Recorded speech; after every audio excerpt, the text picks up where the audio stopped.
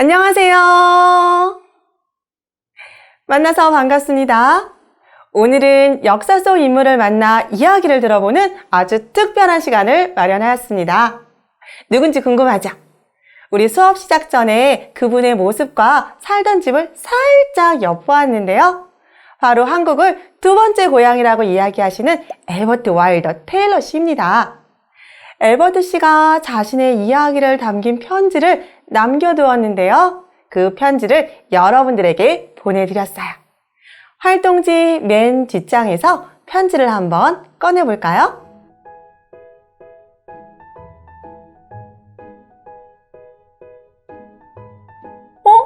그런데 어쩌죠? 편지에 중요한 내용들이 빠져있네요. 어떡하지? 그렇지만 여러분들 걱정하지 않으셔도 됩니다. 엘버트 씨의 이야기를 들으면서 활동지를 풀다 보면 편지를 완성할 수 있어요.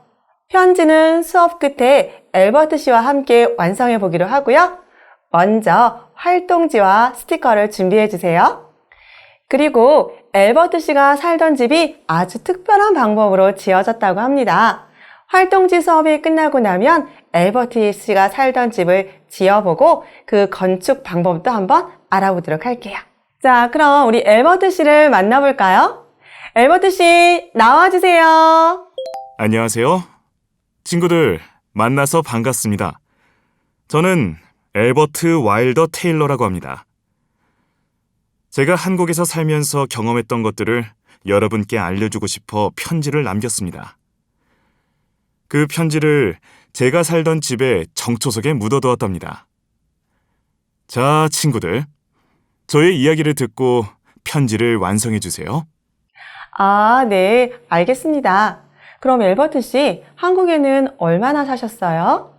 저는 1897년에 아버지를 따라 한국에 와서 1942년까지 40년 이상을 한국에서 살았답니다. 아내 메리와 결혼도 하고 아들 브루스도 낳았죠. 이 호박 목걸이는 아내 메리에게 제 마음을 표현하며 준 선물이었습니다. 그렇군요. 정말 너무 아름다운 목걸이에요. 그럼 한국에서는 무슨 일을 하셨어요? 저는 한국에서 두 가지 일을 하며 살았습니다. 다양한 물건을 파는 테일러 상회를 운영했고 또 하나는 저희 가족이 대대로 하던 가업이었답니다. 그럼 여러분, 제가 테일러 상회를 운영하던 일 외에 또 어떤 일을 했었는지 제 아내 메리가 그린 그림을 보고 맞춰보시겠어요? 좋아요. 우리 활동지 속 그림을 한번 같이 볼까요? 자, 왼쪽에 있는 사람은 돌을 깨고 있고, 오른쪽에 있는 사람은 접시로 돌가루 같은 것을 이뤄 분리하고 있는데요. 뭘까요? 활동지에 힌트가 있어요. 귀한 광물이 묻혀 있는 산을 부르는 이름이래요. 친구들, 정답을 알겠나요? 활동지에 한번 적어볼까요? 네, 바로 광산입니다.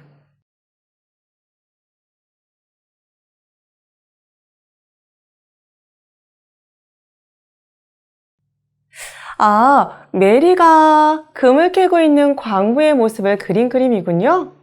와, 엘버트 씨 광산도 운영하셨군요. 정말 대단하십니다.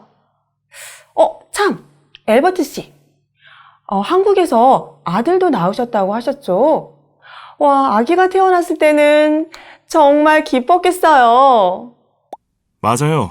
아주 기쁜 날이었죠.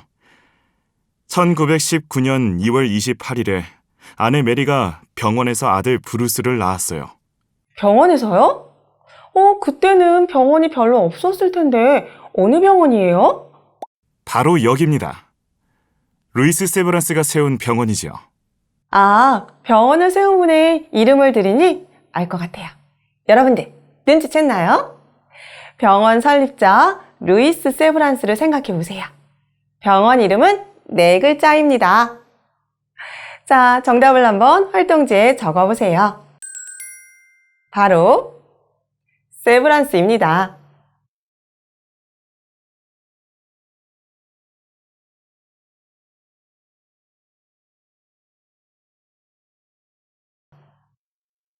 세브란스는 서양 선교사 아일렌이 세운 최초의 서양 의료기관인 재중원이 발전한 병원입니다. 참, 엘버트 씨, 아들이 태어난 날이 1919년 2월 28일이라고 하셨나요? 3.1운동이 일어나기 하루 전인데요? 맞습니다. 바로 그날 메리의 침대에서 저는 간호사가 급하게 숨긴 종이 뭉치를 발견했어요. 종이 뭉치요? 혹시 3.1운동과 관련된 건가요? 네, 제가 당시 상황을 영상으로 준비했습니다. 여러분, 영상을 보면서 제가 발견한 종이 뭉치가 무엇인지 알아보세요. 대한독일 만세! 대한독일 만세!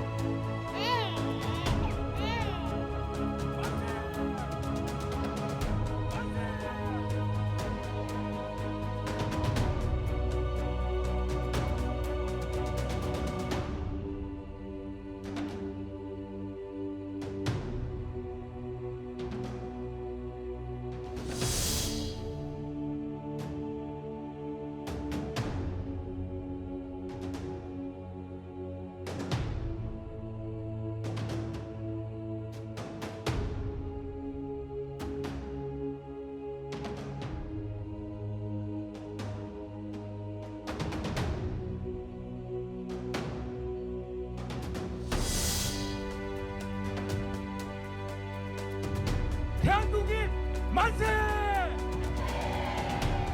대한독일 만세!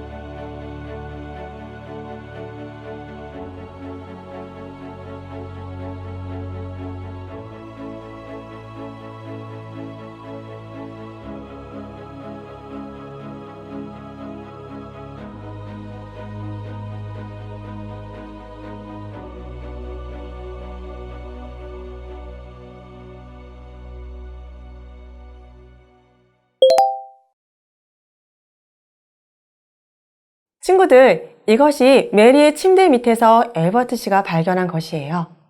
제가 한번 읽어볼게요. 우리는 이에 우리 조선이 독립한 나라임과 조선 사람이 자주적인 민족임을 선언한다. 이것은 무엇일까요? 엘버트 테일러 부부의 아들이 태어난 다음 날이 3.1운동이라는 것을 기억하세요. 아주 중요한 힌트입니다. 네, 이것은 독립선언서예요.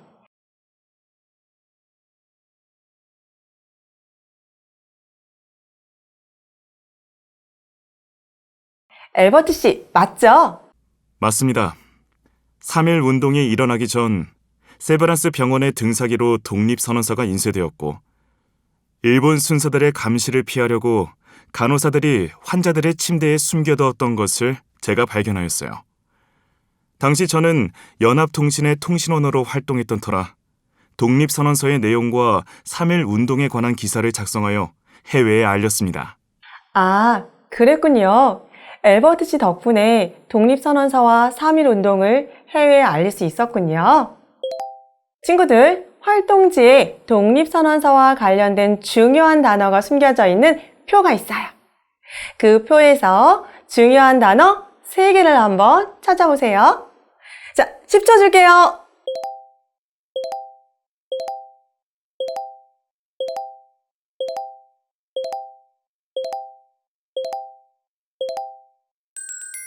독립선언서와 관련된 중요한 단어 3가지는 자주, 독립, 선언서입니다. 한국이 일제히 지배에서 벗어나 독립한 자주적인 나라임을 선언한 것이 바로 이 독립선언서예요. 3.1운동 때에는 이 독립선언서가 전국에 전달되었어요. 그런데 3.1운동 이후에는 일제히 탄압이 더욱 심해져서 경기도 화성 제암리에서 마을 주민을 교회에 모아놓고 잔인하게 죽이는 일도 벌어졌어요. 엘버트 씨, 혹시 이 사건도 취재하셨나요? 네, 그렇습니다.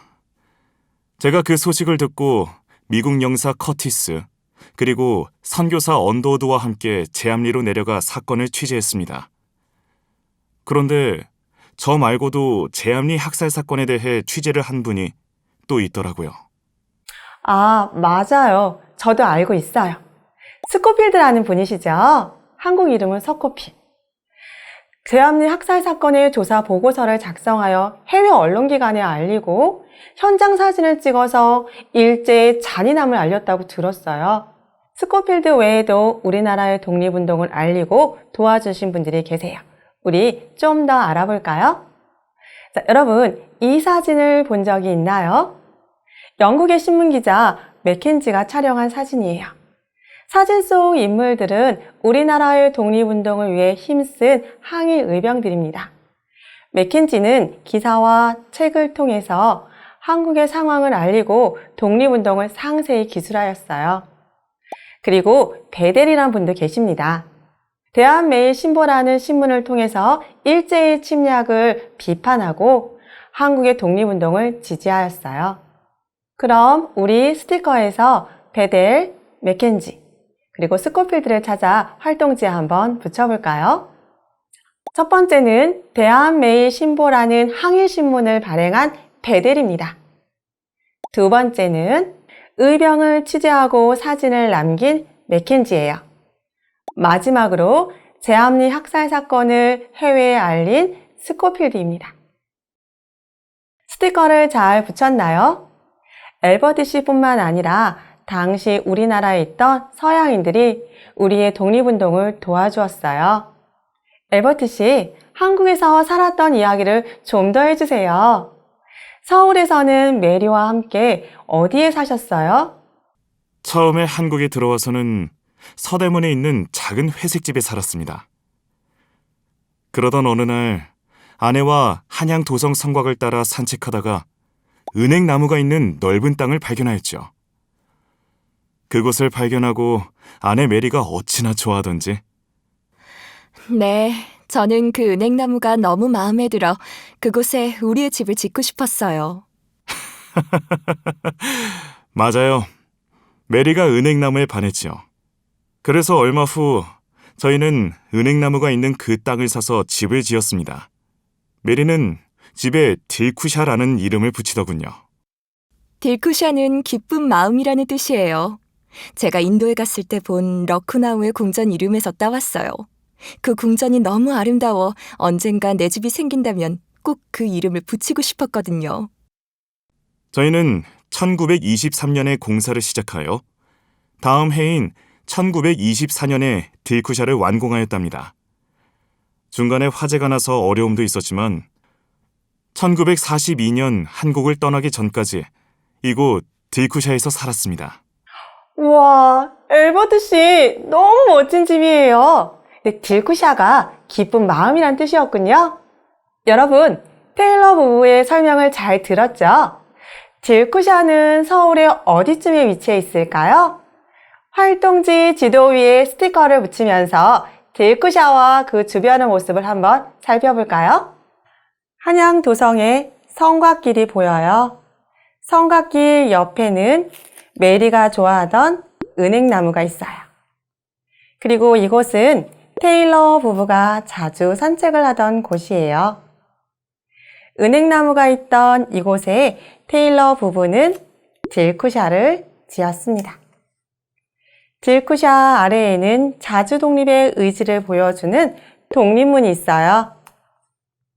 독립문 왼편으로는 많은 독립운동가들이 갇혀있던 서대문 형무소가 있습니다. 딜쿠샤와 마을 주변의 모습이 한눈에 보이네요. 엘버트 씨, 사셨던 곳을 다시 보시니 어떠세요? 네, 참 좋군요. 그때의 기억이 새록새록 떠오릅니다. 여러분, 제 이야기가 재미있었나요? 미국에서도 저와 메리는 한국으로 돌아가고 싶었습니다. 한국이 늘 그리웠지요. 하지만 결국 한국에 돌아오지는 못해서 너무나 아쉬웠습니다. 그럼 여러분, 저의 이야기는 여기서 마치겠습니다. 제가 한국에서 살았던 이야기가 담겨있는 이 편지를 잘 간직해 주세요. 네, 그럼요. 친구들 잘 간직해 줄 거죠? 지금까지 독립선언서와 3.1운동을 해외에 알린 엘버트 테일러 씨와 함께 이야기를 나눠봤습니다. 이제 마지막으로 딜쿠샤에서 온 편지를 엘버트 씨가 직접 읽어주신다고 합니다. 편지의 내용을 들으며 빈칸을 한번 채워보세요. 안녕하세요, 여러분. 저는 미국에서 온 엘버트 와일더 테일러입니다. 저와 아내는 한국에서 굉장히 오랫동안 살았답니다. 그래서 여러분에게 제가 한국에서 어떻게 살았는지 알려드리려고 합니다. 저는 광산업자였던 아버지를 따라 한국에 들어왔습니다. 제 아내는 메리 린리 테일러로 저희 부부는 1917년에 인도에서 결혼해 한국에 들어왔습니다. 저는 한국에서 광산과 테일러 상회를 운영했습니다. 저희 부부의 첫 신혼집은 서대문에 있던 작은 회색집이었습니다. 저희 아들 브루스는 1919년 2월 28일 세베란스 병원에서 태어났습니다. 3.1 만세운동이 일어나기 바로 전날이었지요. 저는 아내와 아들을 보러 병원에 방문했는데 아내의 침대 밑에서 우연히 종이 뭉치를 발견했습니다. 내용을 살펴보니 한국인들이 나라의 독립을 염원하며 쓴 독립선언서였습니다. 당시 저는 한국에서 미국의 신문사인 연합통신에 기사를 보내는 일도 하고 있었습니다. 그래서 저는 독립선언서 관련 내용을 기사로 작성하여 미국으로 보냈습니다. 얼마 후에는 경기도 화성에서 일어난 제암리 학살 사건을 취재하러 갔습니다. 일본 군인들이 만세 시위를 했다는 이유로 제암리의 마을 사람들을 교회에 가두어 학살하고 집집마다 불을 질렀더군요. 저처럼 한국에 사는 많은 서양인들은 한국의 독립을 응원하며 도와주었답니다. 저희 이전에는 베델이 대한매일신보를 발행하여 일제의 한국 침략을 비판했고, 영국 기자 맥켄지는 대한제국의 의병 활동을 취재하고 이를 사진으로도 남겼습니다. 저희 부부는 한양 도성을 따라서 산책하던 길에 아주 크고 아름다운 은행나무를 발견하고는 마음을 빼앗겼어요. 그래서 1924년에 한국에서의 두 번째 집 딜쿠샤를 지어 1942년까지 살았습니다. 딜쿠샤는 기쁜 마음이라는 뜻으로 제 아내 메리가 집의 이름을 지었습니다. 1941년에는 태평양 전쟁이 일어나 미국과 일본이 적국이 되었습니다. 이 시기 저는 일본군에게 끌려갔었고 제 아내는 집에 갇혀 지내게 되었습니다. 참 힘든 시기였지요. 다행히 저는 1942년에 풀려났지만 조선총독부의 명령에 따라 미국으로 가야만 했습니다. 저는 한국을 항상 고향이라고 생각했기 때문에 돌아오기 위해 많은 노력을 했습니다. 하지만 안타깝게도 다시 오지는 못했답니다. 저희 부부는 한국에서의 삶을 잊지 못할 겁니다. 우리를 지켜주던 멋진 은행나무, 딜쿠샤와 한국에서의 추억들이 우리를 행복하게 해주었거든요. 끝으로 저의 이야기가 더 궁금하시다면 딜쿠샤에 방문하셔서 저희 가족의 이야기가 담긴 전시를 보시면 더 좋을 거라 생각됩니다. 그럼 여러분, 저의 편지는 여기에서 마치도록 하겠습니다. 제 이야기를 들어주셔서 감사합니다. 엘버트 씨, 편지를 남겨주셔서 정말 감사합니다. 친구들, 딜쿠샤에서 온 편지를 잘 완성했나요? 그럼 이제 선생님과의 활동지 수업은 여기에서 마치도록 할게요. 이제 엘버트와 메리의 추억이 담긴 딜쿠샤를 한번 만들어 볼게요. 딜쿠샤에는 아주 특별한 건축 기법이 담겨 있다고 합니다. 만들기를 하면서 함께 알아보세요. 그럼 책상 위를 깨끗하게 정리해 주세요. 활동지의 마지막 장을 열고 만들기를 준비해 주세요. 안녕하세요, 친구들. 딜쿠샤에서 온 편지 활동지를 통해서 엘버트 테일러 씨 이야기 잘 들으셨나요? 지금부터는 딜쿠샤의 특별한 건축 기법을 알아보고 입체 퍼즐을 이용해서 직접 만들어 보도록 할 거예요. 활동지 마지막 장을 펴고 입체 퍼즐을 준비해 주세요. 딜쿠샤는 지금으로부터 약 100년 전인 1924년에 지어졌어요. 딜쿠샤가 특별한 건축 기법을 이용해 지어졌다고 하는데 저는 건물만 봐서는 빨간 벽돌인 거 말고는 잘 모르겠어요. 딜쿠샤를 짓고 그곳에 살았던 엘버트 씨에게 직접 물어볼까요? 엘버트 씨, 딜쿠샤의 건축 기법을 알려주세요. 네, 딜쿠샤를 직접 지은 제가 여러분께 설명해 드리도록 하겠습니다. 딜쿠샤는 건물의 벽돌을 세 겹으로 쌓아 올렸고 벽과 벽 사이에는 공간이 있습니다. 그래서 벽이 상당히 두껍지요. 또한 벽돌을 올릴 때 먼저 벽돌의 가장 넓은 면이 보이도록 세워서 쌓고 그 사이사이에 벽돌의 가장 좁은 부분이 보이도록 벽돌을 끼워 넣었어요. 이렇게 벽돌을 교차해서 쌓으면 건물을 튼튼하게 지을 수 있답니다. 이렇게 짓는 건축 방법을 공동벽 쌓기라고 해요. 서양 건축 방법 중 하나입니다. 아, 그래서 우리나라에서는 흔히 볼 수 없는 형태였군요. 약 100년 전에 지어진 딜쿠샤가 이런 공동벽 쌓기 기법으로 지어진 거네요. 네, 한국에서 이러한 건축 기법으로 벽돌을 쌓아 올린 건물이 딜쿠샤가 유일합니다. 그래서 2017년에 딜쿠샤가 등록문화재 제687호로 지정되었어요. 그리고 2021년 3월부터 전시관으로 문을 열어 누구나 관람할 수 있게 되었습니다. 이제 누구나 갈 수 있다고 하니 꼭 가보고 싶어요. 설명해주신 엘버트 씨 감사합니다. 엘버트 테일러 씨가 알려준 공동벽 쌓기가 바로 이런 모양이었군요. 우리 공동벽 쌓기가 벽돌을 어떻게 쌓는 것인지 지금부터 좀 더 자세히 알아보도록 할게요. 보통 벽돌집은 이렇게 쌓았어요. 그리고 이곳 딜쿠샤의 공동벽 쌓기는 이런 모양이에요. 혹시 친구들 두 개의 다른 점 찾을 수 있나요? 그럼 여러분, 딜쿠샤의 공동벽 쌓기를 쉽게 이해할 수 있도록 벽돌 모형을 가지고 보여드릴게요.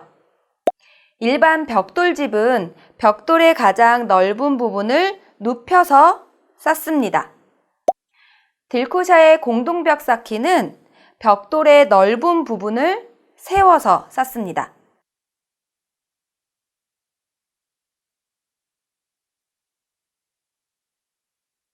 그럼 첫 번째 줄을 쌓아 보도록 하겠습니다.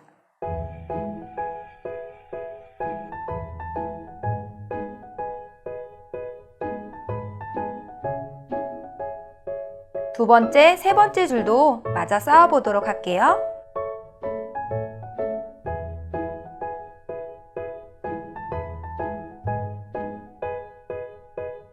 (3층은) 1층과 같은 방법으로 쌓아요.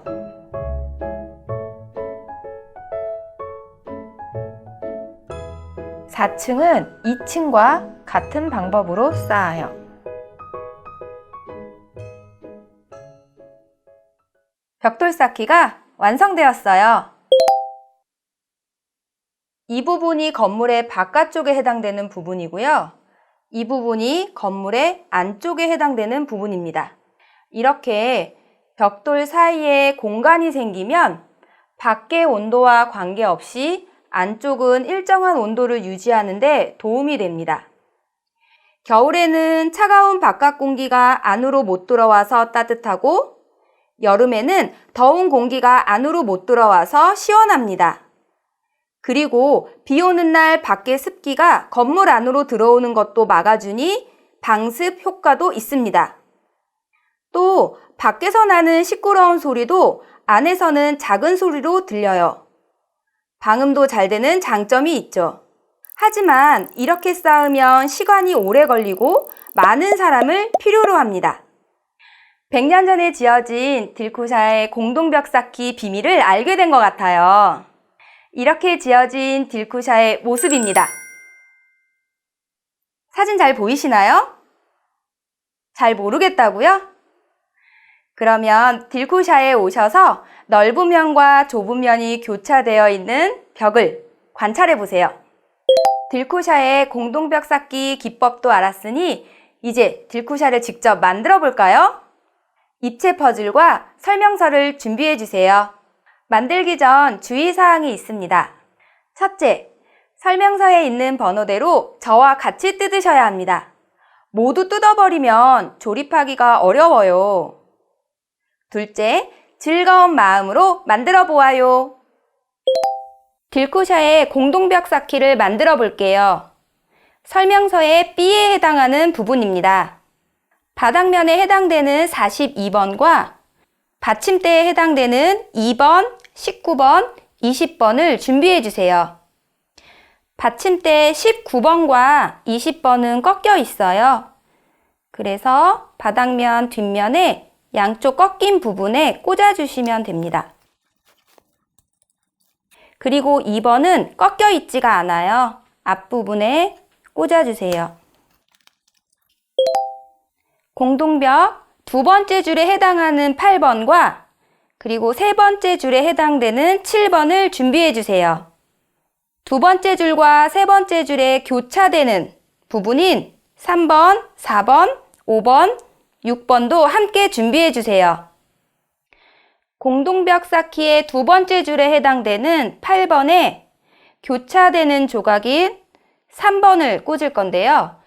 깊게 패인 쪽을 두 번째 줄에 꽂아주세요.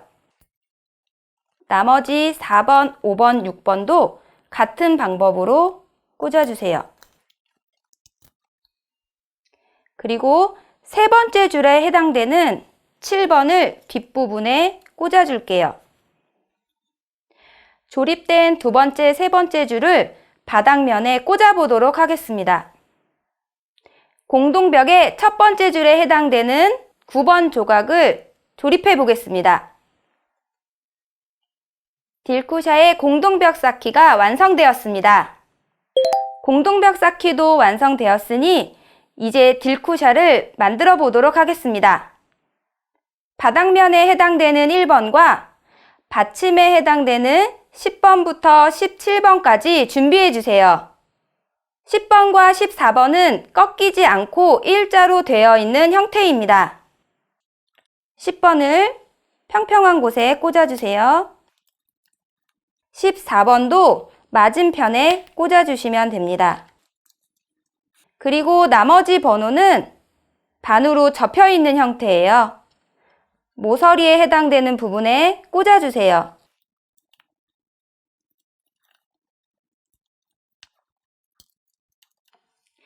그리고 가운데 두 군데 부분에도 꽂아주세요. 바닥면이 완성되었습니다. 1층 포치에 해당되는 35번, 그리고 받침인 29번, 30번을 준비해 주세요. 1층 포치 받침에 해당되는 29번과 30번을 꽂을 건데요. 보시면 둥근 부분이 있고 각이 진 부분이 있어요. 그래서 둥근 부분이 바닥을 향하게 꽂아주세요. 그리고 1층 포치는 앞부분이 튀어나온 쪽을 앞쪽을 향하게 꽂아주시면 됩니다. 앞쪽 벽면에 해당되는 24번, 47번, 46번, 57번을 준비해 주세요. 첫 번째 조각인 24번을 준비해 주시는데요. 칼집이 나 있습니다. 그 부분을 접어 주시면 돼요. 그리고 앞쪽 구멍에 맞춰 꽂아 주시면 됩니다. 47번을 준비해 주시는데요. 주의사항은 밝은색, 튀어나온 것 중 밝은색 부분이 바닥을 향하게 꽂아 주시면 됩니다. 57번 벽면도요. 칼집이 나 있는 방향대로 접어주세요. 그리고 구멍에 맞춰 꼽아주시면 됩니다.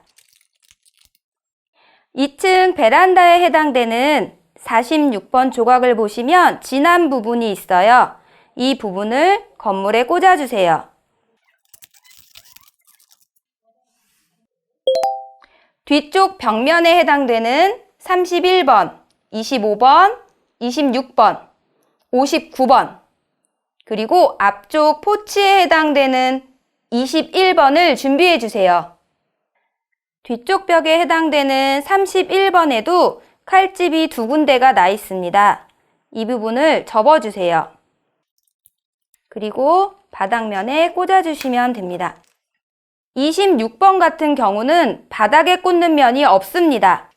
31번 옆면에 연결해서 꽂아주세요. 59번 조각에도 칼집이 나 있습니다.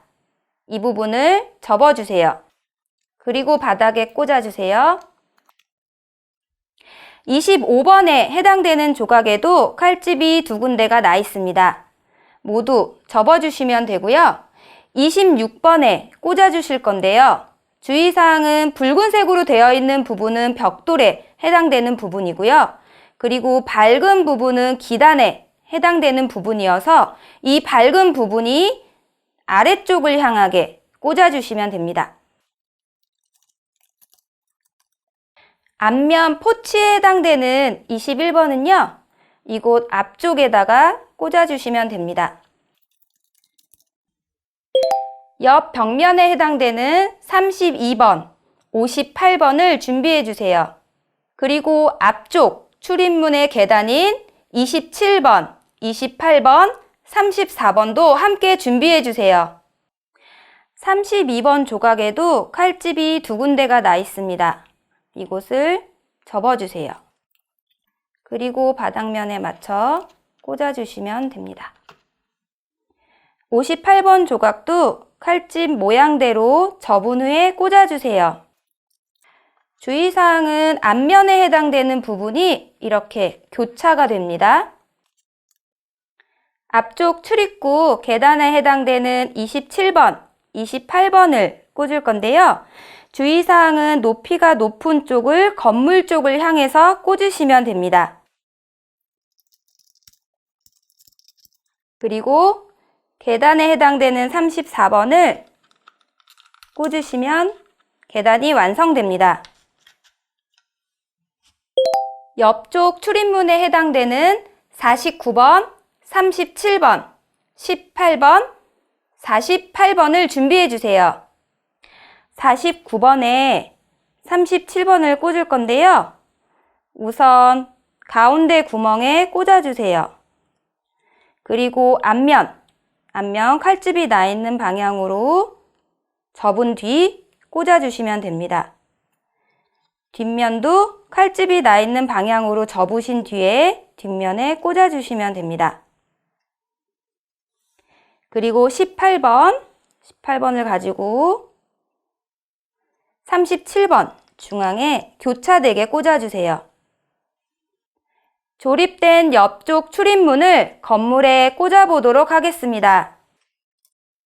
지붕에 해당되는 48번도 조립을 해보도록 하겠습니다. 건물 천장에 해당되는 36번을 준비해 주세요. 천장을 올려보도록 하겠습니다. 구멍에 잘 들어가도록 손으로 꾹 눌러주세요. 좌측 지붕에 해당되는 41번, 51번, 52번을 준비해 주세요. 지붕 41번에 51번 받침대를 꽂아주세요. 52번 받침대도 지붕에 꽂아주세요. 지붕을 꽂아주실 건데요. 구멍이 나 있는 부분이 건물 바깥쪽을 향하게 꽂아주세요. 오른쪽 지붕에 해당되는 40번, 53번, 54번을 준비해 주세요. 그리고 40번 지붕에 받침대인 53번을 조립해 주세요. 54번도 지붕에 받침대를 조립해 주시면 됩니다. 조립한 지붕을 꽂아 주시면 됩니다. 가운데 지붕에 해당되는 44번, 55번, 56번과 양쪽 끝에 있는 지붕인 45번, 50번, 그리고 38번, 39번을 준비해 주세요. 가운데 지붕인 44번, 그리고 받침대에 해당되는 55번, 56번을 꽂아주세요. 가운데 지붕을 건물에 꽂을 때 주의사항이 있습니다. 여기 구멍이 나 있죠? 굴뚝에 해당되는 부분인데 이 굴뚝이 뒷면을 향하게 꽂아주세요. 양쪽 끝에 해당되는 지붕도 조립해 보도록 하겠습니다. 45번 지붕에 받침대 50번을 꽂아주세요. 그리고 38번 지붕에도 39번을 조립해 주세요. 39번은 다른 받침대보다 크기가 많이 작습니다. 양쪽 끝 지붕을 꽂아 보도록 하겠습니다. 굴뚝에 해당되는 22번, 23번, 33번을 준비해 주세요. 33번 굴뚝 조각을 꽂아 주세요. 22번과 23번은 칼집이 나 있습니다. 칼집이 있는 모양으로 접어 주신 뒤 꼽아 주시면 됩니다.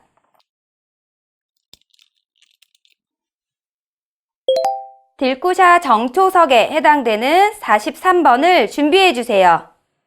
딜쿠샤 정초석은 실제로는 건물 옆면에 있습니다. 오늘 만드는 3D 퍼즐에서는 앞면에 꽂아 보도록 하겠습니다.